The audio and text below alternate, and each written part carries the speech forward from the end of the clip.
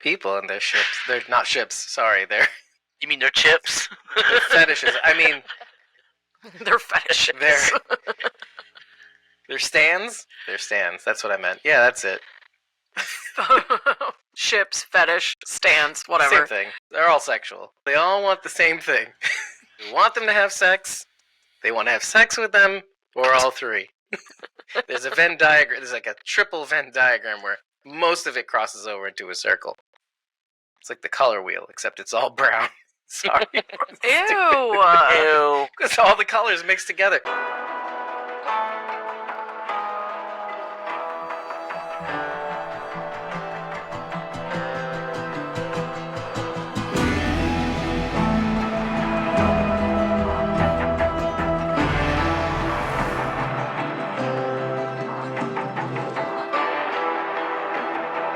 We are Squawking Dead, a podcast pulverizing programs beyond the Walking Dead universe. Sometimes we bring you news, sometimes we make you laugh, but most times we go deep. I'm your host, David Cammy, and I was joined by... And I'm Blazy. Wait, that's if you're last. This is confusing. Yeah. This has gotten so confusing. And I'm Bridget. You can find me at youtube.com/@punkybrewster. It's PUNKYBRUISETER. And we're here today to talk to you about Darkwind's 5th episode of its 3rd season, titled Tseko Hasani, which means Coal Mine Canyon. Allegedly, I looked it up.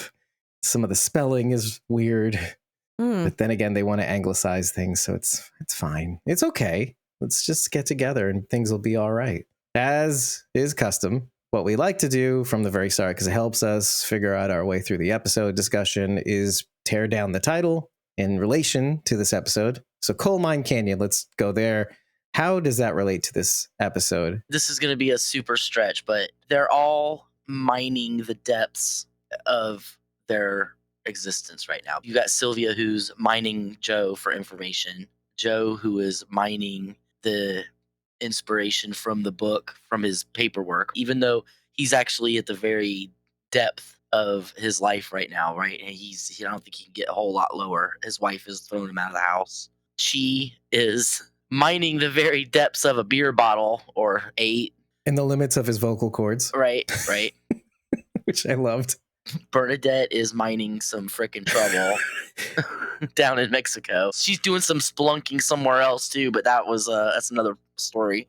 Well, I was going to say, I think Ivan was doing the spelunking. And they're all basically mining the very depths of their coal black hearts in this episode. Even Joe, when he's talking about the split heart with Mother, part of it's man and part of it's monster, well, he's mining the coal black monster in his heart. The mother, whose name is Margaret Cigarette, the medicine woman. She's related to the She's At-City's mom. I love listening to them talk. I love the way their speech sounds, the way their language sounds, the cadence and the rhythm to it. I was just talking to Evelyn about that and how Danae, at least, I don't know about the other languages, some of the words sound like Hebrew words, even though they don't mean the same things. I would give you examples, but it doesn't matter. But then we were thinking, and it's been explored, whether Native Americans have any sort of ethnic connection to Jews, lost tribes. Wasn't there supposed to be a lost tribe in the West? So there's been actually Indians from Asia. They found a tribe that has lived out there for, in the last 100 years. And they followed certain traditions. And obviously there's the Ethiopian Jews, and they follow the Sephardi traditions. I know the work has already been done on trying to find a link, because you have to consider Jews have had 2 diasporas. One was the 10 tribes of our people, 10 of the sons of Jacob, of Israel. And then I thought it was the 12 tribes of Israel. It's 12, but the last 2 were of Judea, basically, the Levites and the Judeans, which is why we're called Jews. Otherwise, we'd be Hebrews or Israelites. So who knows at this rate who is a Semite and who isn't? The idea that Native Americans are descendants of the lost tribes of Israel is a theory called the Jewish Indian theory. It was popular in the 17th century and influenced Mormonism. Dutch Rabbi Manasseh ben Israel suggested in 1650 that Native Americans were a surviving remnant of the Assyrian exile. Right, the first one. Mm-hmm. The second one was the Babylonian exile. The theory was popularized diaspora by Thomas Thorogood's book, Jewess, spelled Jewes, in America. It was also supported by Cotton Mather, Elias Boudinot, and William Penn. That sounds like Mormon names. But Menashe was one of the tribes too, which is probably why he called himself that. William Penn wasn't Jewish? Well, aside from that, He sounds like he's from Utah. Cotton Mather, who was like one of the greatest American Protestant preachers of colonial times, he wasn't Jewish. I'm That too, yeah. surprised. So they're all Mormons, not Jewish. As far as the title goes, for me, the only thing I could think of on the literal, which is not like me, George Bowlegs was digging for coal to keep himself warm at the very least, and maybe even selling it. I would maybe assume too, to try to scratch enough money to make it out to Reno. I assume Coal Mine Canyon is the name of maybe the canyon in which he was staying. Could be, which is why he's doing that. I don't think he's finding enough to sell because the mine is probably not being mined at the moment. What he's probably finding are bits and pieces that fell from wagons and such when they were actually mining there. So I doubt that he's finding enough. Otherwise, the guy would have been like, yeah, he was selling me coal. You're right. And I was even just thinking, how much could a train ticket possibly be from, I guess, where they are in New Mexico to Reno, Nevada? I mean, it's not terribly long, but he's probably trying to get just enough to get that ticket and maybe a little extra. And he was clearly burning the coal he found in that flip back from when he's talking to Roger. So he's using it to warm himself. The guy at the trading post lays out all of the things that he sold him. A few tools, a leather bag. Oh, yeah, the saddlebag-ish thing? Messenger So, bag? it's just stuff that he found out there that he's like bringing to him to try to scrape together a little bit of money. I think I'm okay with Sharondy's explanation, though. And if that coal mine is shut down, it's really just mining for the ghosts of what's left over after it's been shut down. Well, and a lot of this episode has to do with, like you said, Sharondy, having a split heart and being of monsters and men. Jesus and the devil walking the earth, literally. Shorty even kind of says the same thing when he's talking to Chi later. He's like, man, we've all done stuff we wish we hadn't done. Just because you do one bad thing, it doesn't make you a monster. You did something bad. Now, what Joe did was really bad. We know, the viewer, that Joe is not a monster. He was pushed to the point where he did something, and does he regret doing it? No, that's the part maybe that makes him a monster, is that he doesn't really regret it. He says, I would do it again. He says, I don't know that I would do it again. know that I would do it again. Right. Yeah, he's leaving it pretty ambiguous. Like, he doesn't want to say to Emma, I wouldn't do this and put you in this position again. Given an opportunity, I might do exactly what I already did, which is truthful, but probably twisted the knife a little bit for her. His own knife. I think not only does he take on the burden, clearly, yes, but I think he also takes on the blame or the guilt of it. So he's kind of putting himself down. Like, I am the monster. I'm acknowledging that I am a monster, and it's hard. But to hear that from your husband, if I had the choice whether or not to put you in this position again, I would. Was it the position or the decision? It doesn't matter because it leads to this. From Emma's perspective, it leads to him doing something so bad that she can't come back from it, and now she has to lie about it. And not only that, but it brought in federal agents who dug through her home and went through her son's room. And what was the first thing they kind of picked up and pulled out of that room? The baby board. Yeah, which I don't know what that's called, but let's leave it there. The same one that Sally... I don't think it was the same one because Sally took that one. I think that was probably Joe Jr.'s. Even though Sylvia is being very respectful to Emma as she possibly can in the situation. It's a split heart. Even though she's being as kind as she can, it's still an intrusion and a violation. They can't change that now. I see. I'm trying to wrestle with what you just said, only because just the one piece of her being kind about it. It's kind of like the way we were talking about Bernadette learning to use her wiles to get what she wants. And clearly they show a lot more of that in this episode. But in similar fashion, I think Sylvia is using kindness or leveraging kindness to get what she wants, because I don't think it's real kindness. I don't think so with Emma. She threatened her. But well, no, she said, I have the duty to tell you that this is what can happen. But instead of taking her in and sitting her at a table and interrogating her, even when they tried to cuff Joe, she was like, he doesn't need those. You don't have to do that. She is being respectful. While she's not saying, I wish I didn't have to do this, I'm just doing my job. I kind of feel like where Emma's concerned, as a woman, Sylvia can look at Emma's position and see that, let me tell you how much of history where women have been screwed and brought down because of what the men in their lives have done. Lady Jane Grey, her father and her uncles and her husband manipulated her into taking the throne, and that ended up getting her killed, even though she had nothing to do with it. I'm sure Sylvia recognizes this. She's somewhat commiserating, even though she can't stop what she's doing. She has to do it. But she's like, I am sorry that I'm having to do this and you're having to go through this. She's not saying this, but my feeling is this is how she's feeling, is like, Emma probably doesn't have anything to do with this. Her husband is the reason she's in this position. It's not anything she's done. Right. I think it's the word choice, which is why I say she's a split heart. It's not that she said that Emma would be an accomplice, because that's what she would technically be, because her involvement is tenuous. You can't prove that Emma was involved. She lies for Joe. After the fact, but that's not being a co-conspirator. A co-conspirator is someone who is actively involved in the intention of murdering someone. An accomplice is someone who finds out and doesn't tell. She says co-conspirator. That's what makes me think, oh, wait a minute. You're putting her in the same boat as Joe. Did she say co-conspirator? I thought she said She accomplice. says co-conspirator. I thought she said accomplice too, but she said both times I watched co-conspirator. Listen, I want to be on your side, because I've been saying that for the last several episodes, that she's been super respectful. She's been patient. She's given Joe credit, meaning, oh, I wouldn't assume it's you. I'm not going to sit down with you.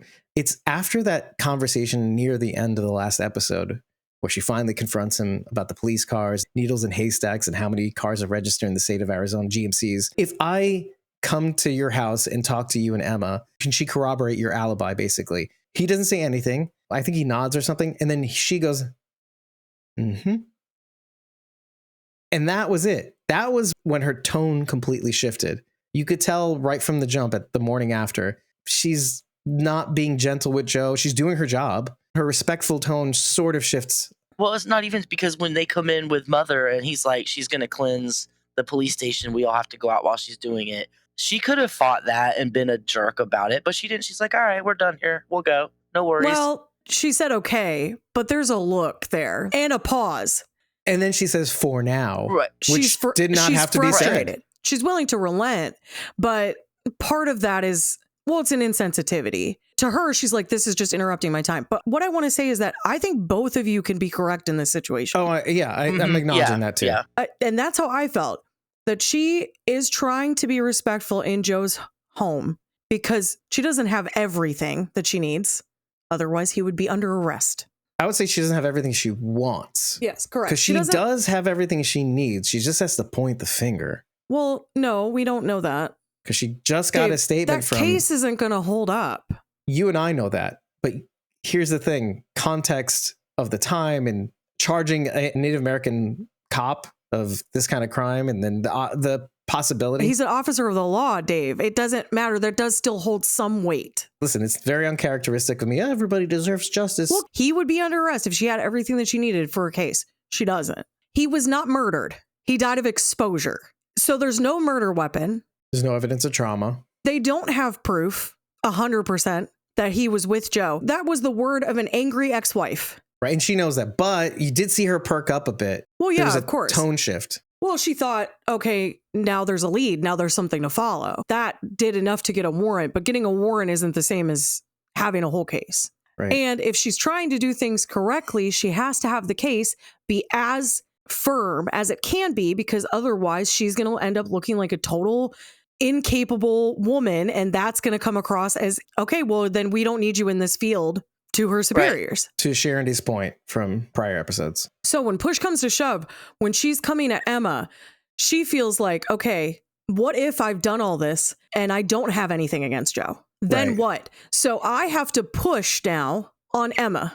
There is a bit of truth in it. I think she does feel bad. And I think she feels bad about having to push. That apology, I think, is coming from I intruded in your home and you've lost a son and you've already been through it enough. And now maybe your husband has murdered someone. That's the term we're using, even though that's literally not what happened. Would that be manslaughter? It would be premeditated manslaughter. I think that's murder. So you could also maybe get a negligence charge. You can get a whole bunch of charges. Intimidation and coercion, kidnapping. Something endangerment. I don't know. There could be a few. They would maybe stack, but it's not going to be a murder charge. They'd probably couldn't boil be. it down to murder 3. I wanted to split the difference on what everybody was saying. I'm not really even assigning intentions or feelings towards how she treats Emma. I'm more concerned with the language she used when she chose the word co-conspirator. Well, it's a veiled threat at best, in my opinion. Sort of what I was saying. She's trying to push her for a confession. She has to do it. It doesn't mean that she doesn't feel bad about it. You can feel bad about something you feel like you have to do. I think it's that Charity climbed into my brain and now that's living in there rent free. So now I'm thinking, well, maybe I shouldn't be so convinced that, even though by all appearances in prior episodes, she was super respectful of Joe's title, at the very least, maybe him as a person doesn't suspect him, doesn't even want to think she suspects him, even though she's kind of digging around him. But this is working under the assumption that the things she's saying are true. And Dave, they're not. When she says, oh no, of course, you're I above agree. suspicion. She didn't mean that. That is her. She's playing him. Like, bless your heart. Yeah, no, I get she's you. playing him. So I that get you're you. working So under the maybe assumption Buffy is the vampire that slayer. is the vampire slayer is what I'm saying. Sorry. If this monster thing didn't have him so confounded and off balance, I feel like he would be doing much better and keeping himself together around her. His head is just so twisted up with this monster stuff that he can't be himself. Because this is a very different Joe from seasons 1 and seasons 2. A very different Joe. But he's never been the criminal. This has caused him to crack. So you're seeing it now. We said that in our recap. Joe is a very tight-lipped, regimented person. He plays everything really close to the vest. He is not an emotional kind of guy. When he and she were at the diner and the lady was giving him crap about the baby shoes, I feel like old Joe would have at least smiled and laughed at that. He was like appalled. Right. But he was just sitting there like stone faced, like he couldn't even believe that this was going on. He's just so off balance and upset that he's not even himself. Mm. And that is I keeping agree. him from handling the situation in the manner that if the monster stuff was out of the picture, I feel like he would be handling this investigation and Sylvia in a completely different manner. But he is just so torn up that he can't focus on what he needs to do. I don't think he can even see it right now because of everything else that's going on. The fact that this is a young man that they're looking for has something to do with it too. This is Shorty's son that they're looking for. Is this not who Joe was a couple years ago? His son was dead. Reeling from the grief of that.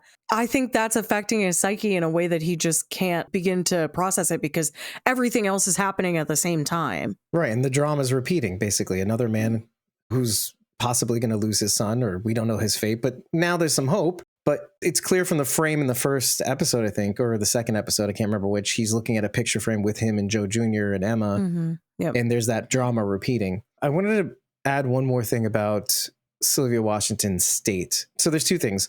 One, I think Budge's words to Bernadette in the last episode about everyone's just trying to do their best with the information that they have, and everybody's just trying to do their job. I think that applies to Sylvia Washington too, obviously. Like you said, maybe Buffy is the vampire. No, as you said, she has a job to do and she has to work harder to maintain it because they're trying her out. That's cool. It's quite a weight to have on you. The weight of womankind is basically on your shoulders because if I fail, then that's going to be the reason that the next generation of women can't get in to the FBI.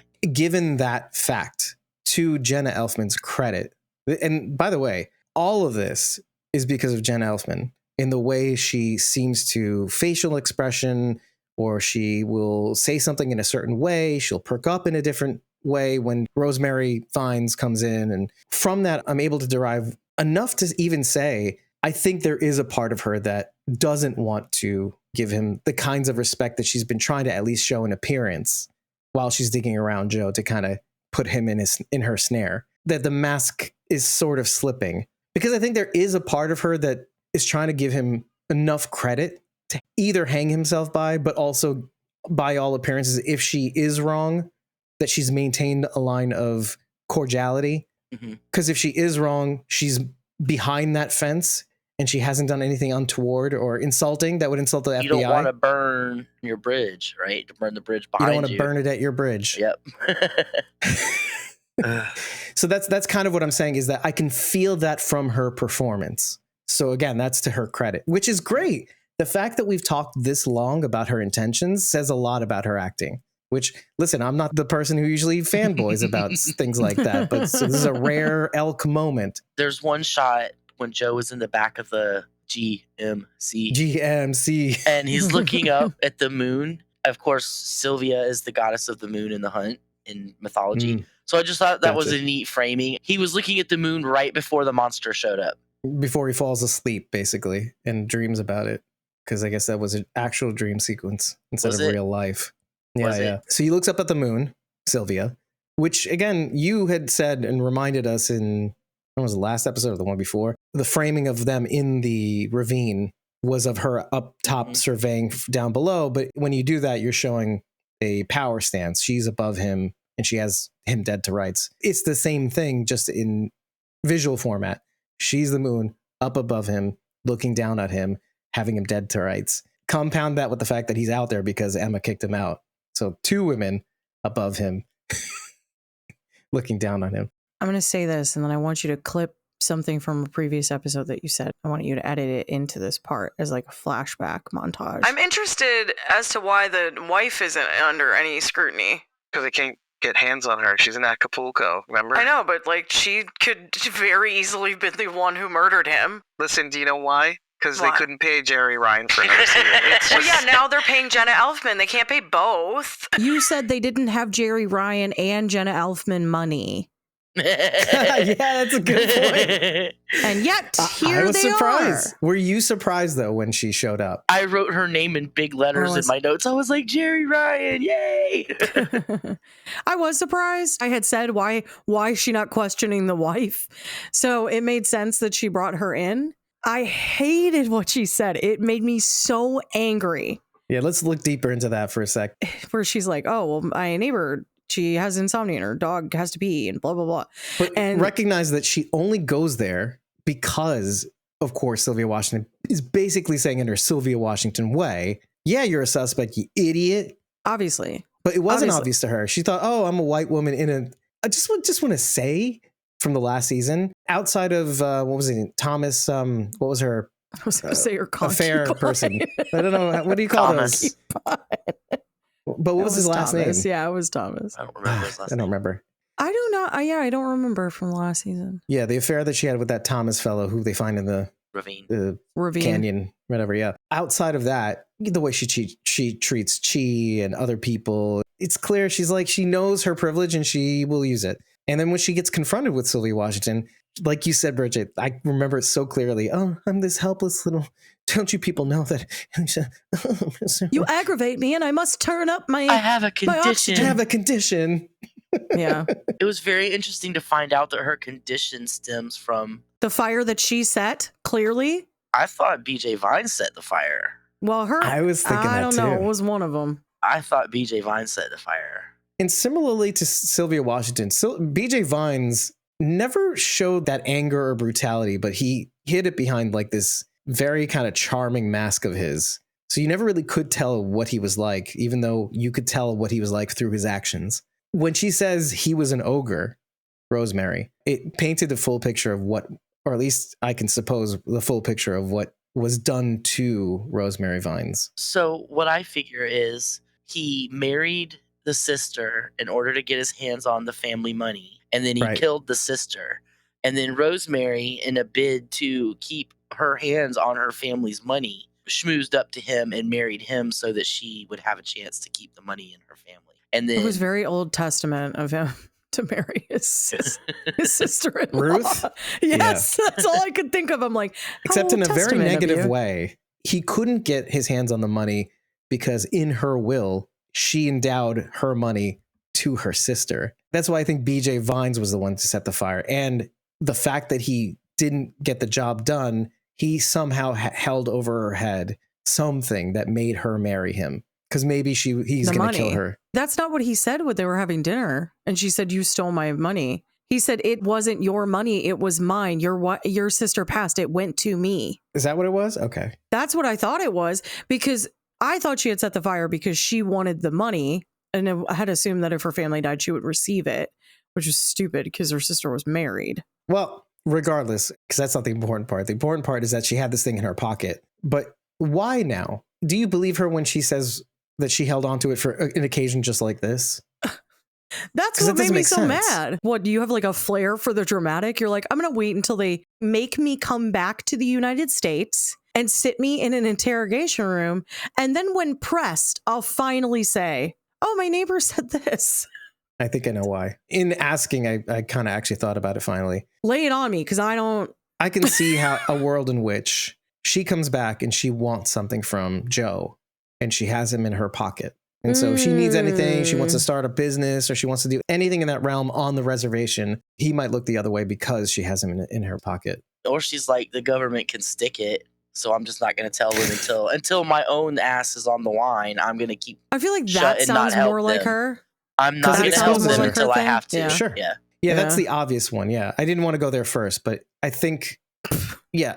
Well, I mean, you know, obviously. The way you say it, you're like, well, I didn't want to go to the obvious point Yeah. first, obviously. That's Rachel's job. It's not my job. It's fine. We miss her. Rosemary says that BJ Vines was in the back of the police car and he looked scared. And in the last episode, Joe told Emma that men like BJ Vines aren't scared of men like me. I just thought that was a neat little juxtaposition there. I like that. Bridget, you were talking about Joe being normally buttoned up and a straight shooter, doesn't really, you see him start to open up and joke a little more and accept she, and he's kind of like a colleague and kind of treats him sort of like Bernadette in a way over time. That's why his jokes always land. It's so rare. And they come from nowhere. Yeah. Yes. So to that point, what I wanted to say was it's kind of interesting that, and I think it's intentional, obviously, because Buffy is the vampire slayer. Bernadette, when she's talking about her past, she includes the fact that Ivan says your boss, your ex-boss must have been a pretty special guy, something to that effect. And she goes, he made me the person that I am. He lives by a code. It's such a great reminder, but also kind of like, does he? Because of what he's going through? She said, I guess he's the reason I'm like the way I am. Yeah, exactly. I wrote in my notes, what is Bernadette going to think when she finds out what's going on? And was Chi going to tell her, but then decided not to because he heard toothpaste in the background? Yep. 100%. I think he was like, screw this. I'm not telling you anything. I'm Wait, so mad I got to pause. get off the phone. Do you think Chi knows about BJ Vines? No, but he knows about what's happening. Okay. Remember when he said something to Sylvia about how come you're not working on this case? I'm working on the BJ Vines case. And blah, blah, blah. I'm sure it's not a secret that they went out and searched Joe's house that night. A bunch of the NTP force is there. Right. So I'm sure he knows about that. Does he know that Joe? I doubt that, seriously. I doubt that would even enter his mind that Joe would do that. Yeah. Just making sure. How is Bernadette going to react to that? Especially hearing what she said about Joe in this episode. Oh, that's interesting. Then isn't she in a roundabout way? Because we know why he hung up the phone. Enjoy Mexico. Isn't he sort of doing the same thing as Joe? Sort of Yeah, protecting shielding her. Bernadette Yeah. from He the is. thing? That's interesting. He Okay. is. Because she's got enough on her plate too, by the way. Not just True. the Ivan. I don't think he on did her it literal 100% out of good intentions. No, I no, think- that's why I said in a No. I think he's roundabout. salty. Not He's- exactly the same He's way. a little butthurt, so he couldn't handle it in that Right. moment. You know what's the best part about that is being an omniscient viewer to this whole thing. Oh, Chi saw the sex scenes between Bernadette and Ivan, right? It doesn't even matter if he did or didn't see. He's probably imagining it, what we saw. Oh, yeah. What is this saying? That's why we There's- feel what he feels in This that is from manner. like High Fidelity. I feel like she'll never have better sex than she's having in my head right now with another Mhm. guy. Wow. Yeah, and that's kind of Yeah. what I'm Yeah. saying is that Yeah. we get a window into the wild imagination he probably has about, and it's actually true. Does that mean I can talk about Ivan now? Sure. Yeah. Ivan the Oh, Terrible. Oh boy. That sucks. Oh boy. Bernadette now been betrayed by two guys. I'm sure she's going to feel betrayed by Joe when she finds out. And now Ivan. When you're saying the code thing, that's immediately where my head popped to is Ivan. Now we don't know 100% because it's just a rubber band. So does that really mean anything? We don't know, but probably yes. It's just some kind of fruit company or something. But she's just figuring this out after giving, Her body to him? I was going to say, a piece of herself to him in Which more ways one? than one, because she's emotionally connecting with him too, on top of physically connecting with him. Now to find out this, and then potentially to find out also that the guy that she's kind of modeled her whole mentality on how to approach life on and after is maybe not who she thought he was. And so now it's going to be kind of this double whammy of getting hit both times, which sucks. And I feel really sad for her. And I don't really want her to find out about Joe for that reason. But being native herself, if Joe is like Indian Justice, is she going to feel the same way? Well, it's more Well- Henry than it is Joe, if you think about it. Because Henry was the one who put it in If his Joe head. was like, she knows about Joe Jr. and the explosion and all that, So in her mind, will it be Indian justice is what he got? Maybe we're not giving her enough credit. Maybe she won't feel hurt and betrayed, and she'll understand why Joe did it. That's But kind look of at where my Emma's mind's at. response. I can see Ivan going the other way because I can see a world in which Ivan, who has repeatedly said for one reason or another, let's not do that. Can I just have you as a person that's outside this thing I must be involved in? Because I don't want you to get hurt. I don't want you involved in that way. And he's trying to play both sides is what I'm saying. I think he does have genuine feelings. Oh, there might be. I don't like that you're being a sleazebag, trying to keep her in bed so Because that it's they not don't honest. go. Well, and it's the worst thing that you can do. It's false pretenses. It's one thing if you want to be like, hey, let's go out dancing or something instead, or let's go out to dinner instead. But to sleep with her to prevent her from doing things is messed up if it's to prevent her from finding out that you're a sleazebag. Well, it's messed up that no matter what way you look at it. And maybe in his mind, he's thinking, the longer I keep this up, the less likely it is that we'll go out and do the thing that she actually wants to do. Turns out that's not the case after their conversation about how Joe lives by a code, and I've modeled myself after that. But no, I wanted to say more about that, though. I think it's an entry point for her to see that we have a split heart, too. The two things can be true, and that when she discovers, because it's a when, that Joe is in the same predicament, a good guy that did a bad thing, she can see that in Ivan, and she can easily say, well, he got himself mixed up. And you could say that about Tom Spencer as well. I don't know if that's the truth. This is just my theory. Everybody is pressured to do things. They keep saying that AGS Industry owns Spencer Ranch. While he still lives there, that is not his land anymore. Right. That's what I'm saying is, though, that AGS Leasing owns not only the ranch, it owns the oil company and the chili farm, but whatever. That's We don't beside the know point. who owns AGS either, though. I think we kind of do, but they haven't really spelled it out yet. We don't know. Because maybe Buffy we don't is. know. Maybe Buffy is the vampire slayer. So Sylvia owns it.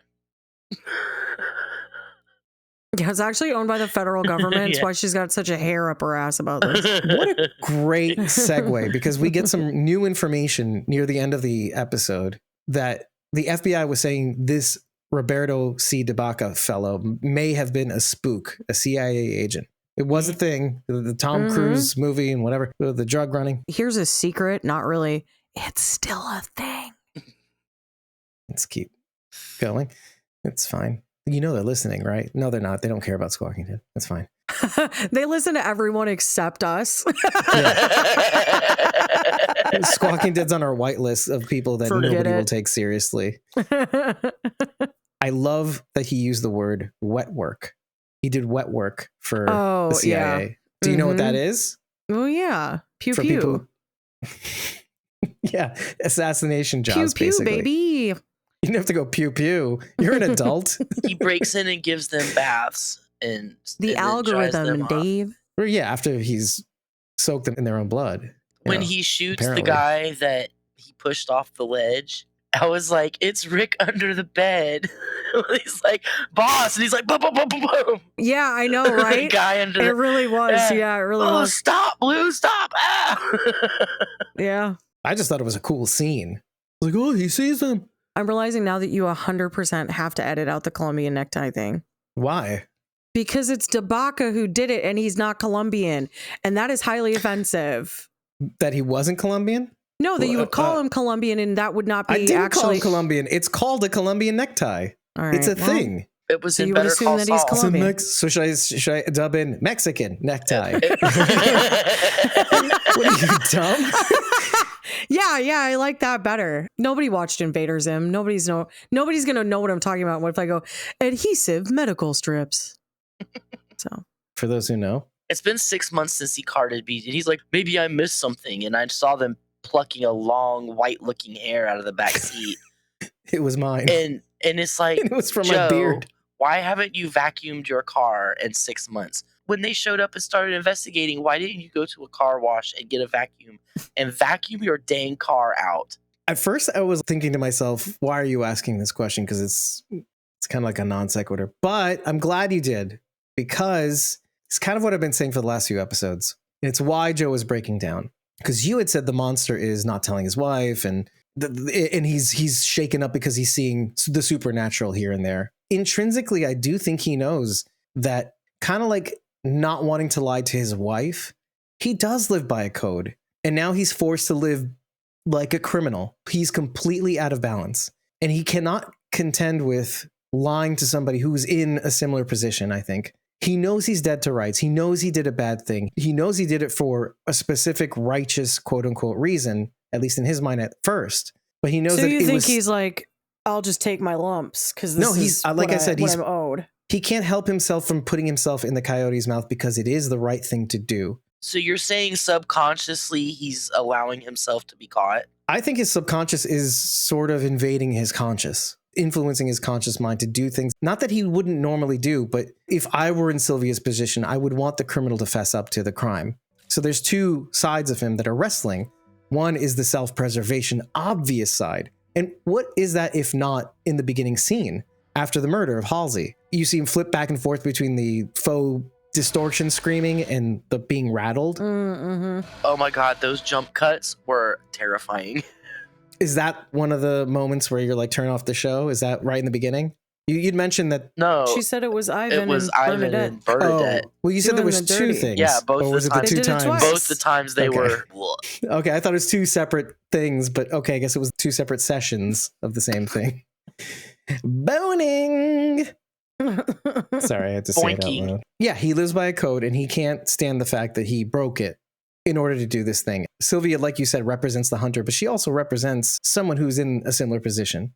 He can't lie to her, but he can not say the truth, which is indirectly lying, It's the lie of omission, which is not exactly Yes. the same as lying. which is not exactly how he killed BJ Vines. Technically, he didn't not kill him. I'm all on Joe's side, even if he is a murderer, because BJ Vine sucked, and I'm not sad that he's dead at all. I'm not sad that a scorpion crawled out of his dead eyeball. That was gross and great. Well, it did actually climb into his dead mouth.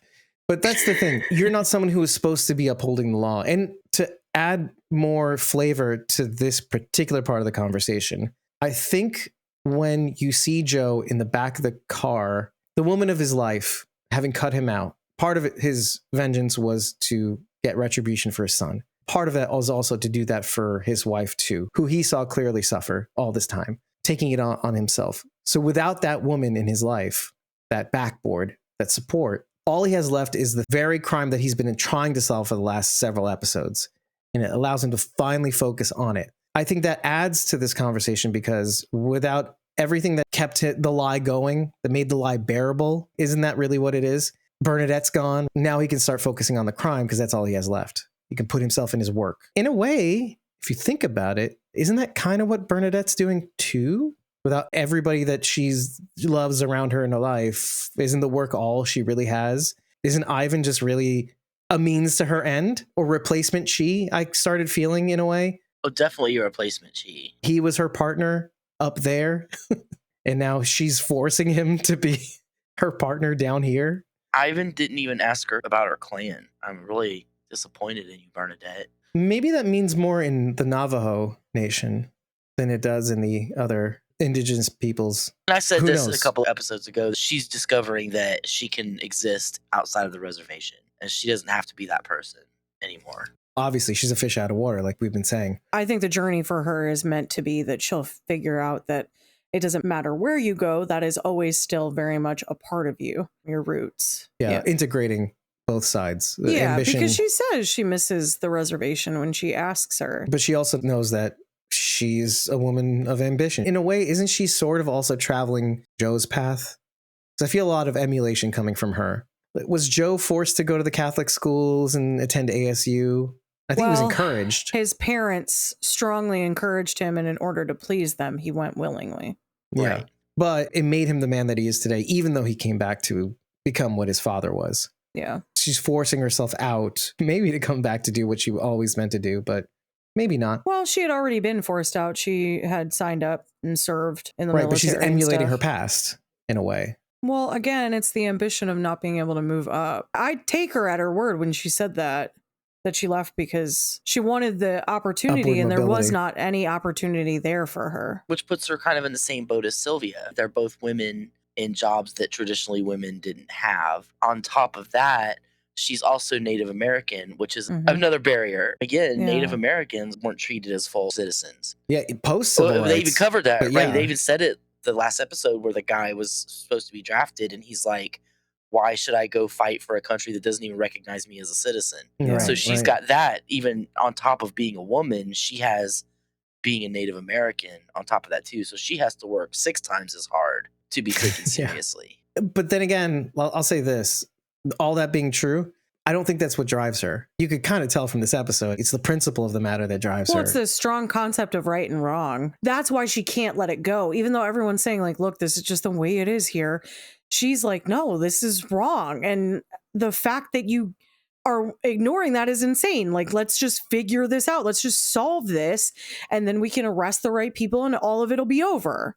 She's the Bridget of Yeah, the group. 100%. I do have a very strong sense of what's right and what's wrong. It's hard for Yeah. me to let it go. Seeing that guy shot right in front of her was kind of a little bit of a wake up call. Like, this isn't a Yeah. game. She knew it wasn't a game before, but she was taking chances like with Budge and all that. And I feel like seeing that guy get murdered right in front of her face might scale her back a little bit. You know what?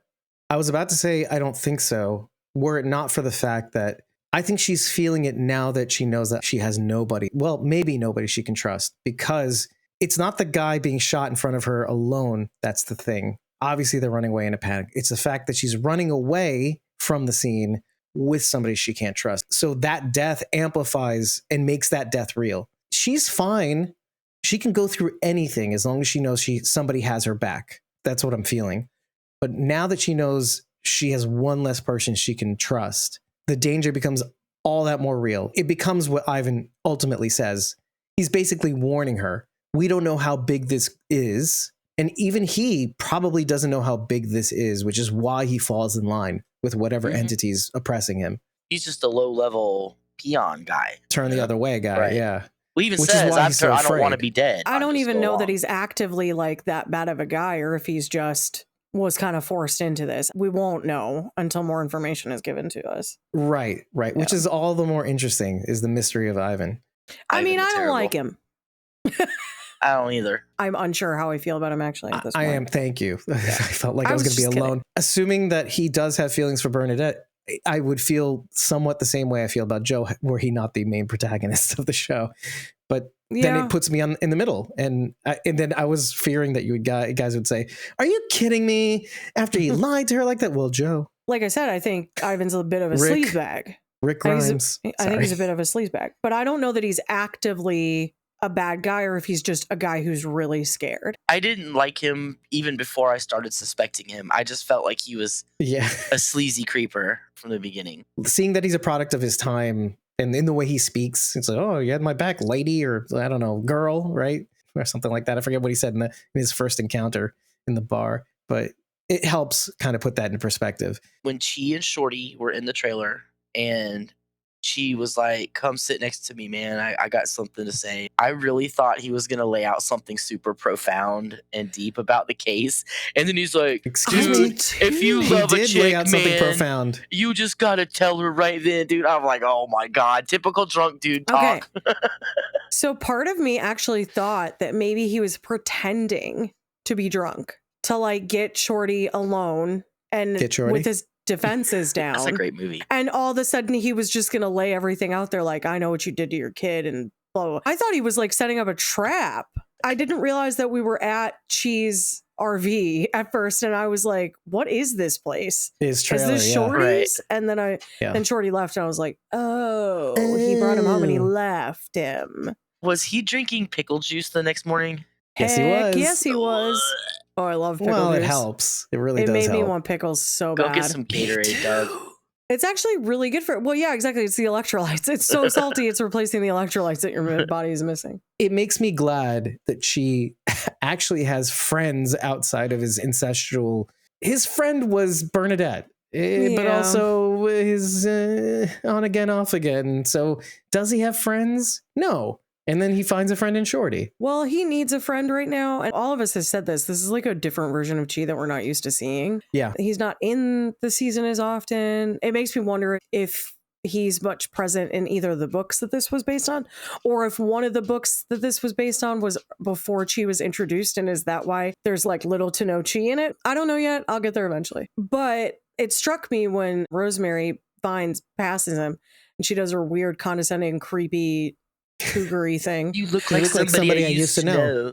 But she says, you look like somebody I used to know. And all I could think was, you're right. This isn't the Chi that you knew. The swaggery, huge collared, huge lapelled man that we saw scarfing down fast food. He still is, but he was scarfing down a lot of fast food in season 2. It was very much becoming popular at that time, which is what I love about it. Burger Shacks and all that kind of stuff. This is when they started to become more popularized, where you could in find prominence.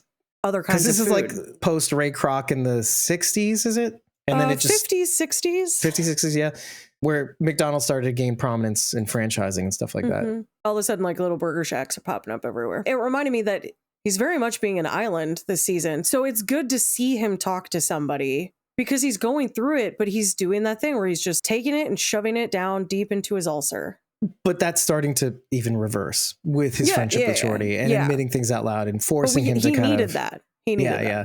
I want to add one thing to that conversation, which was I saw a really cool mirror between he and Shorty and Lee Porn and Gordo Senna, where Gordo Senna pulls him aside after that horrifying, heartbreaking post-trauma that Lee Porn is obviously under. He pulls him aside and he says, take some time off, get your head right, because it's not just about you. We're all involved. And case in point, later on in the episode, obviously there's a search warrant and everything. And then Sylvia's pseudo threat to Emma, whatever. So what he says is actually true. If you don't get your head right, this is going to blow back not just on yourself. The thing that you've wanted so badly to avoid is to take it on yourself. It's not about you anymore. Yep. And I don't want that. Like, it's like, I don't want to do work, but I also don't want to go to jail. But Shorty says something very similar to Chi. We're not the people that we used to be. We've all done things that we're not proud of. And you know what? Get your head right. And we'll start fresh tomorrow to look for my boy. And he goes, burp, and he taps him on the knee and he leaves. It's the same conversation. There's this kinship between these two men, these two friends. I don't think Gordo and Lee Porn were necessarily friends at first. And I don't even know if they still are now, but I think they're finding kinship at the very least. And you could say the same thing about Shorty and Chi. Well, finding a dead kid together, that's a shared experience that will Trauma share bonding. trauma. Is it trauma bonding? Yeah. Bridget? Yeah, that's trauma bonding for you. It's not always a good thing, right, Bridget? No. This is going to sound totally stupid, and I'm just throwing it out there.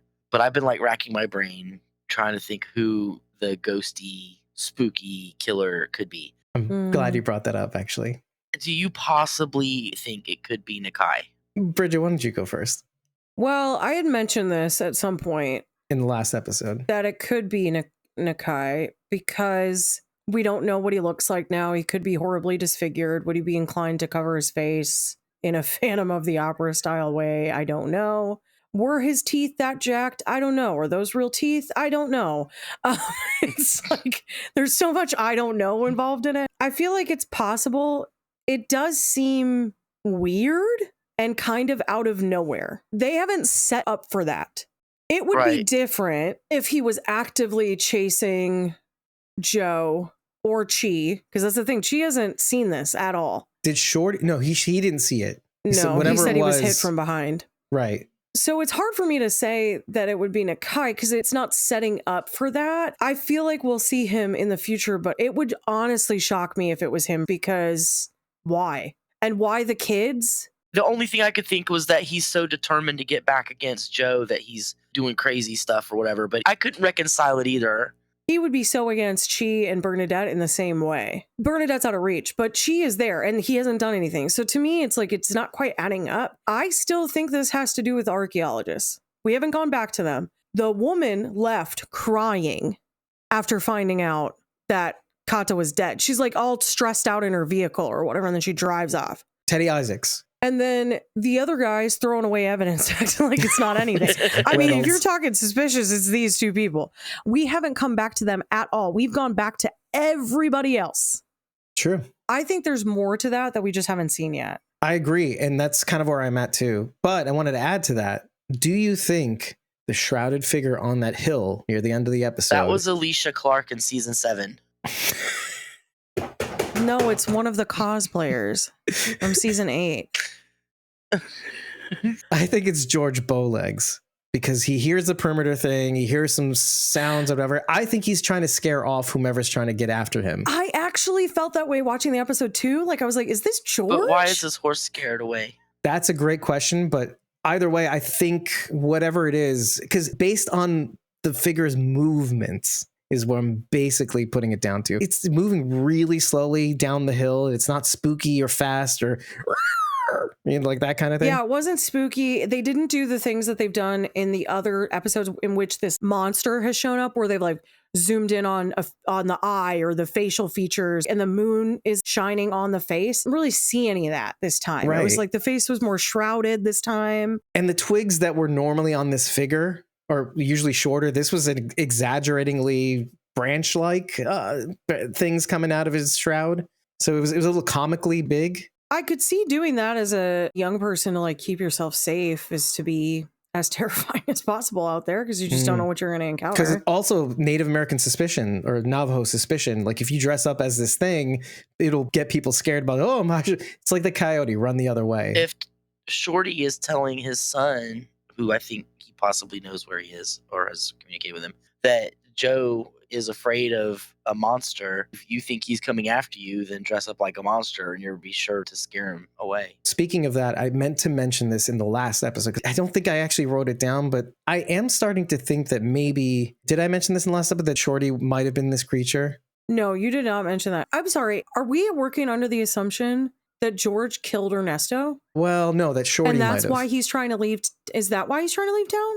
Oh, that's a Well, good I thought question. he was trying to leave town because he's afraid that whatever it is after him, or whoever it is trying to find him. See, that was my assumption until something you guys just said just made me think, is he trying to skip town because he's the one who killed his friend?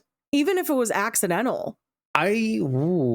See, I wasn't thinking that. I was thinking that Shorty does have some involvement and that maybe even Shorty is the creature, quote unquote. But Shorty was in front of Joe when he saw it. Right.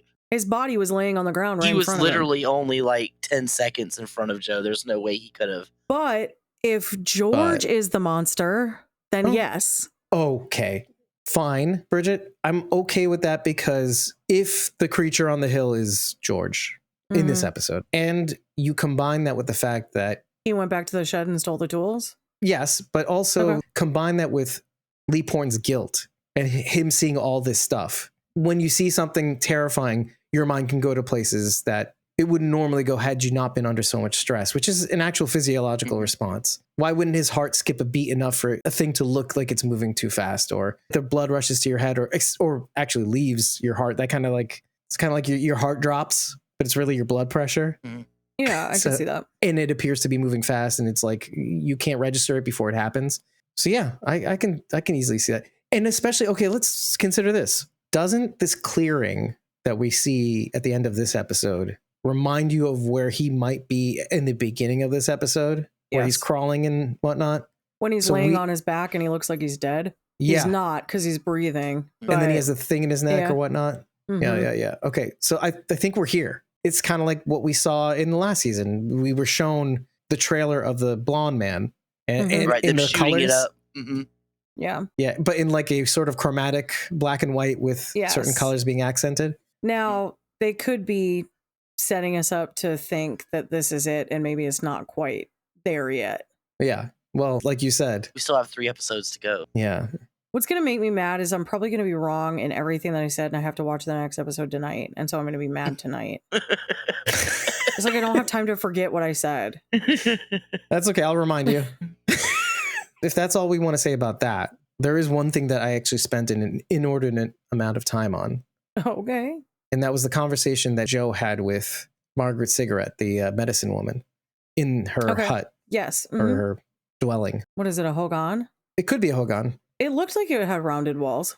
Yeah. Let's start with the obvious, is that we get the man versus the monster. And when we cross over that line, it's like Jesus and the devil walking the earth at the same time. Literally, that's you. Charity, I think this was you who mentioned this. 2 wolves inside us. two wolves inside us, and how you live depends on which one you feed. One is anger, one is love. That similar kind of thing is that just because you do a bad thing doesn't mean you can't come back and whatnot. And there's the twin heroes that was mentioned, that I mentioned in one of the first episodes, or when we were talking about Yeitso, which the actual words Yeitso were mentioned in this episode a lot in Danae, even though it wasn't always in the translations, if you were paying attention to. The translations are a little off, by the way, especially in Spanish. It doesn't say everything that the people say. Yeah, it's but kind that's of interesting. often how translation work goes.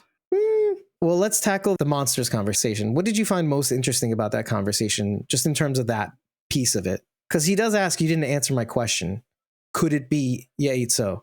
I love that she answered in English. No, I didn't. Yeah, I did too. Because she too is on the line. I can't say that it's spiritual. All I can tell you is the tale. I can't say that those things are real. Even this medicine woman can't say that this is real, that what you're experiencing or what is happening is supernatural. I like that. Well, it adds to the ambiguity of it, which is kind of the whole thing with this show, is that they are always so ambiguous about, is this supernatural or not? And it's like, we'll never know. Some things are just people using superstition and mythology and legend and religion to scare other people, because people have done that since the beginning of time. This is just a spooky grown-up Scooby-Doo. It's just It's just meddling old man kids. Withers. Old man Vines. But they've also been really great at giving you enough ambiguity that you're like, well, I don't know, because, okay, well, that's the thing. Those jacked up teeth, those do look like BJ Vines' teeth. Do Sorry, they? I'm going off on a tangent. No, I was thinking the same thing. BJ Vines has snaggle. He's like this. You see how I got these like snaggle tooth down here? They're crooked. They overlay on each other. That's BJ Vines' teeth. That's how they were on the skull. Is that how they are on that monster? Sure enough. Oh, okay. Game recognizes game. I see it. I see it. I see it. This is interesting because it hadn't entered my mind. Because I did they literally properly just thought identify it. the body? They hadn't said it, Right? but See? Weren't they waiting for the DNA results? I Was don't that a think they had thing? DNA then. Oh, and they can't fingerprint. Dental records. But This is the thing. So now I'm starting to think this is a way out of this situation. When Sylvia had talked about it later on in the season, she didn't say allegedly his body. Like, they're like, this is BJ Vines. this is BJ Vines. Right, so, yeah. like- But maybe she's like us, though. She's absolutely certain that this But is maybe BJ Vines. his robe was embroidered because he's a rich D-bag, so it probably was. You're missing the point. He says in the last episode, like you said, men like him don't fear men like me. This is Lee Porn to Mhm. Emma. Yes. And it seemed interesting that that is true, that what we saw was him not being afraid. He was kind of in sort of disbelief that Joe would do that, but he wasn't necessarily scared for his life. He thought he could buy his way out of it. Oh God, you guys, hold on. That would explain a little bit more. And I'm not 100% sold on this, but because the way Rosemary Vines plays up both us, the audience, and the people around her, she may act like he's an ogre and he's terrible and all that stuff. But what if this was all planned from the last season? Sending Chi off to a wild goose chase to chase them here and there and whatnot. And what if Rosemary Vines never went to Acapulco? Okay, I hear it already in your head. God, Dave, stop wearing pants, Moon. Fine. But it's possible that somebody came and followed them with their headlights that would off be wild. and picked him up, and whatever skeleton was out there in the desert wore the same robe that he was wearing that night. Except at the end of season 2, they literally showed him frozen to death after Joe left him. Yeah, but that But it might was have been Joe's just for dream. No. Yeah. At the very end of the season, they were like showing all the different people in different places, and they literally showed him frozen, huddled up underneath a bank of a cliff, I thought that was Joe's dream, though. covered up in snow.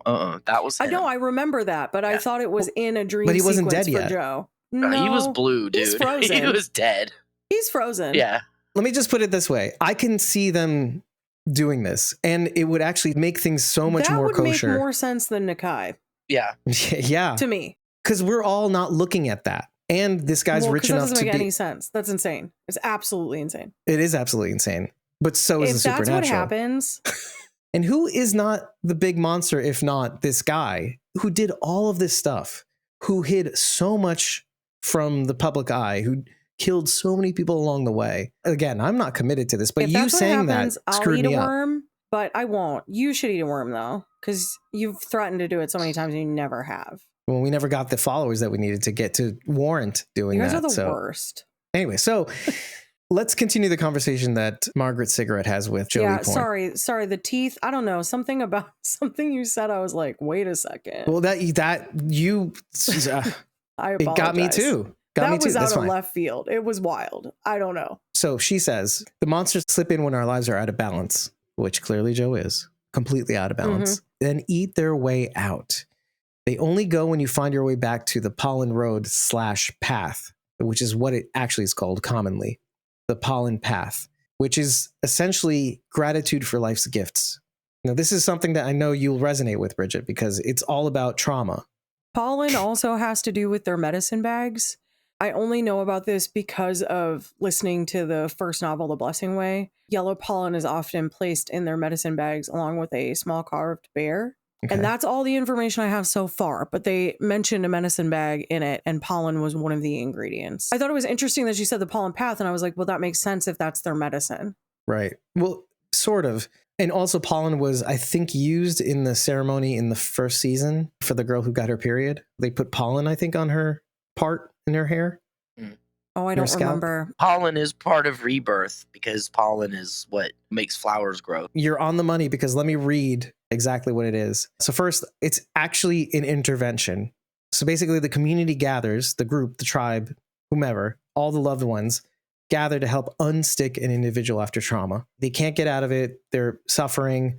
And this is what she's actually speaking to. That's how you get rid of the monster. It's not something that you have to slay like the twin heroes. It's something you have to get out of. So the ceremony helps them move forward in life. Now, I'm going to quote verbatim what I read from leaderchat.org, Wandering the Navajo Pollen Path. Within the sacred space, the individual experiences positive and negative forces, and he encounters spiritual messengers depicted as male versus female and representing the different energies of the sun and moon. These helpers arrive at a critical time when the individual's path is dramatically struck by a bolt of lightning, electrifying his opportunity to either seek and accept help or be stalled on his journey. If he's brave enough to continue forward in the aftershock, the individual meets a dove at the top of the cornstalk. This is the cornstalk that he's climbing, which symbolizes peace at the end of his path. He has reached his spiritual enlightenment and is now free to follow his footsteps back to the beginning, where he will be ushered once again into a new pollen path. And just to tell you what the pollen path is in a visual scale, it's actually a circle.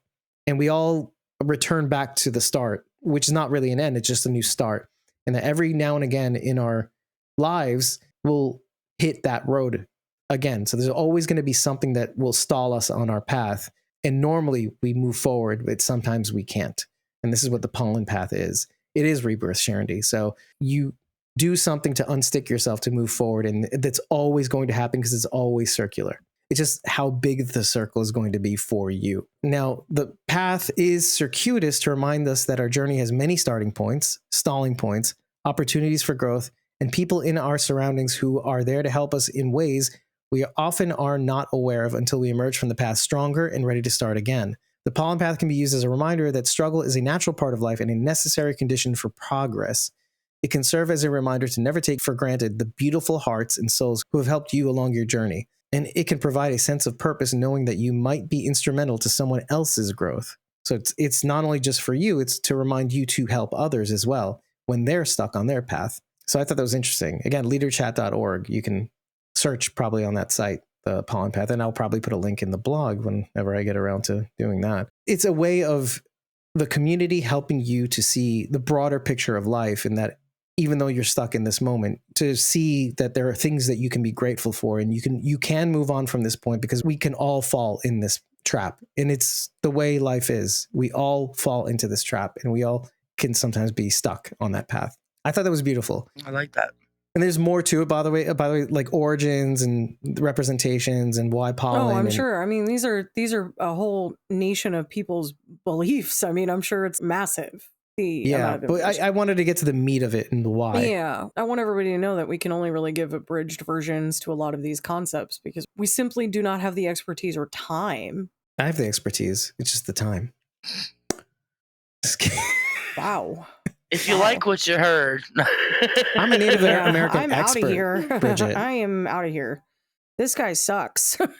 The one last thing about that is something that is chanted during that. and it's a little prayer of some kind. Oh, beauty before me, beauty behind me, beauty to the right of me, beauty to the left of me, beauty above me, beauty below me. I am on the pollen path. In the house of life I wander, on the pollen path. Something that is repeated in, I guess Is it it's recited an or A. is it sung? It could be sung, maybe? They've gone over some ceremony in the Hillerman book that I'm reading right now, and a lot of it is often sung. Well, then the question does remain, because like you said, it is kind of nebulous, and it's left nebulous on purpose for us. Do you think this is a human or this is supernatural? What is plaguing Jolie Porn? How many times do I have to tell you I don't know, man? What's your feeling? I You think have feelings, don't you? it's all in his head for the most part, and we're seeing what he's manifesting. I think it's going to be a little bit of column A and a little bit of column B. Which do you think it is more of? Is it in the spooky or is it in the natural world? I'm inclined to say spooky, but I'm a spooky girl. I'm sorry. I don't mean spooky. I don't mean that really. I just mean I want to be open to the supernatural. I like the guess. conspiracy theories, yeah. Yeah. In the absence of a remedy for a situation, I think that's really what Joe's looking for. I think he's looking for a conspiracy theory, a simple solution, albeit grandiose, to his problem, that there is maybe something bigger than himself that's playing on him because this is too much to be real. And that's why he ends up taking her call to take her home and taking advantage of her expertise to say, can you tell me this is spooky because this is too much for me to handle? And she doesn't give him that satisfaction. And I think that's on purpose. No. It's interesting because she asked him to take her home because she said they needed to talk. When he lays it all out there, she still can't even, or refuses to really give him the real answer, which really means you have to be on this journey by yourself. Which is the opposite of the pollen path. I think that's why she mentions that, though, because you can't walk the pollen path until because he basically gave her the answer in him just talking to her. You need to basically decide, you either put this to bed, you either continue allowing the monster of guilt of what you've done, whatever it is, your code, you have to reconcile this, or that monster will still eat you. You have the answer. It's just too much for you to handle. Yeah.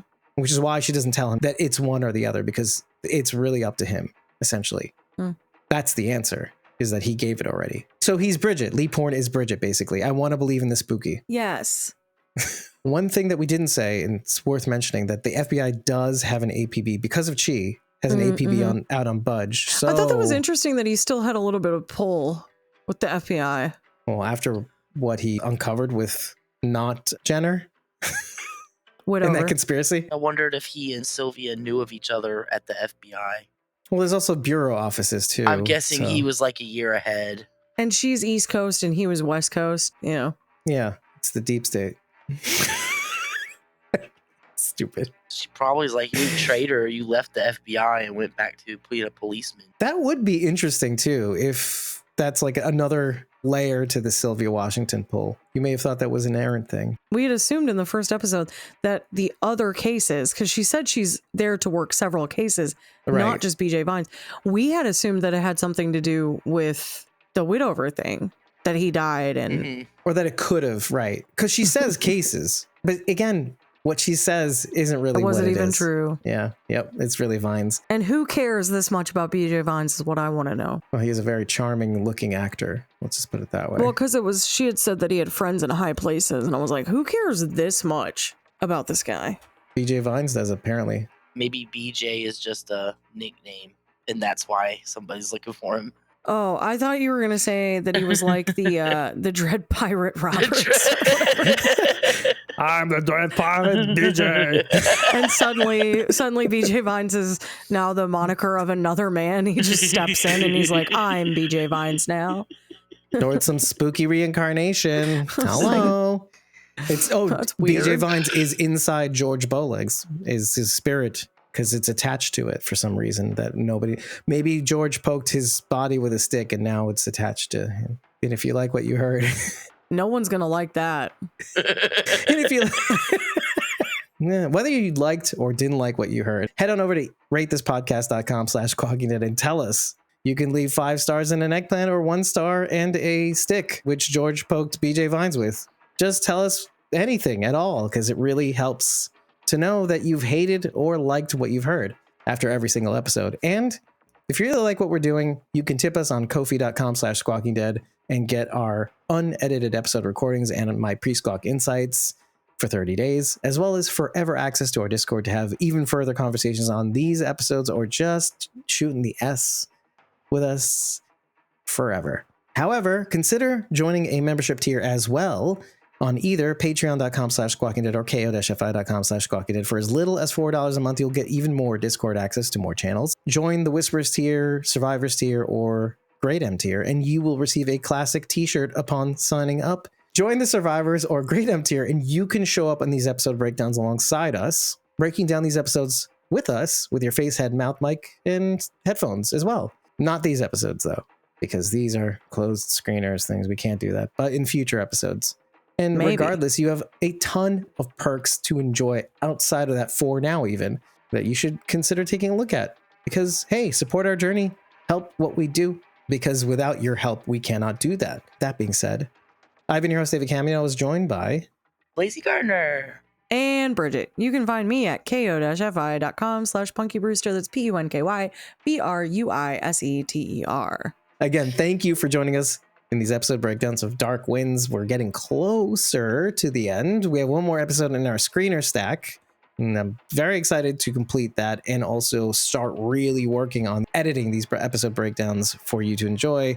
And I hope you are enjoying them. I hope you caught up and are here with us watching Dark Winds Season 3 alongside us. I hope you caught things that we missed. And if you did, you can tell us in the comments of the YouTube video or in your Spotify review or whatever you do at ratethispodcast.com/squawkingdead. And while we're at it, subscribe to our YouTube channel or wherever podcasts are sold. But in addition to subscribe to our YouTube channel and enable all notifications or not, that's fine. But we want you to listen to these episodes. We don't want you to miss a thing. Raise our watch hour numbers. It's absolutely free to do. It really helps the podcast because, again, without your help, we can't do this anymore. It's getting hard out here, folks. Not to pressure you or anything, but that's, it's a reality. So we got to contend with. Take care, everybody. We'll see you in the next one. The last one that we have currently as of this recording. So we'll see you on the other side. Hopefully they give us more. Otherwise, we have to wait Weeks. so many weeks. In anticipation. So I didn't think many about weeks. that. Are they going to leave us on a cliffhanger in that episode? Probably. Last episode is a two-parter, maybe? With that end scene matching up with the beginning scene in the first episode. That's going to I suck. don't like it. Well, I guess we'll see. We'll look completely different by the end of it, too. Right? It's like 6 weeks, 8 weeks later from this time. I'll have a Dude, haircut. what happened to you after 8 weeks? I've grown a mustache. Spring, I'll have tan. I've been outside. Take care, everybody. We'll see you soon. Bye. Bye. See ya.